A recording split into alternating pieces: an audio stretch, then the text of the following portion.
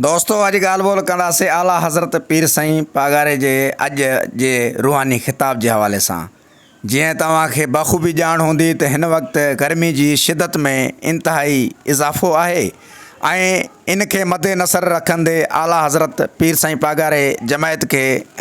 हुकुम फ़रमायो हो त हर को पंहिंजे घरनि में ईद करे। उन बावजूदि वॾी तादाद में जमायत सोगरी दरगाह पीरगोट शरीफ़ वियल हुई ऐं इहा ख़बर जॾहिं पीर साईं पागारे जन खे पई त हू फ़ौरन जेको आहे गुज़िरियल राति पीरगोट अचण जो प्रोग्राम ठाहियो।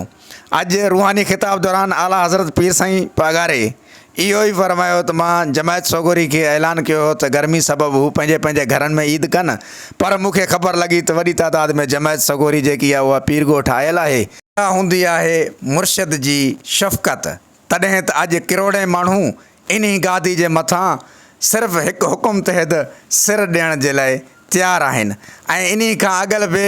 केतिरा ई हुसैनी हुर अंग्रेज़नि सां इन गादी जे राहबर इन गादी जे सरबराह जे हुकुम ते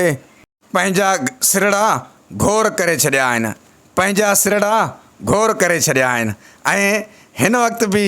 जमायत में उहो ई जज़्बो आहे।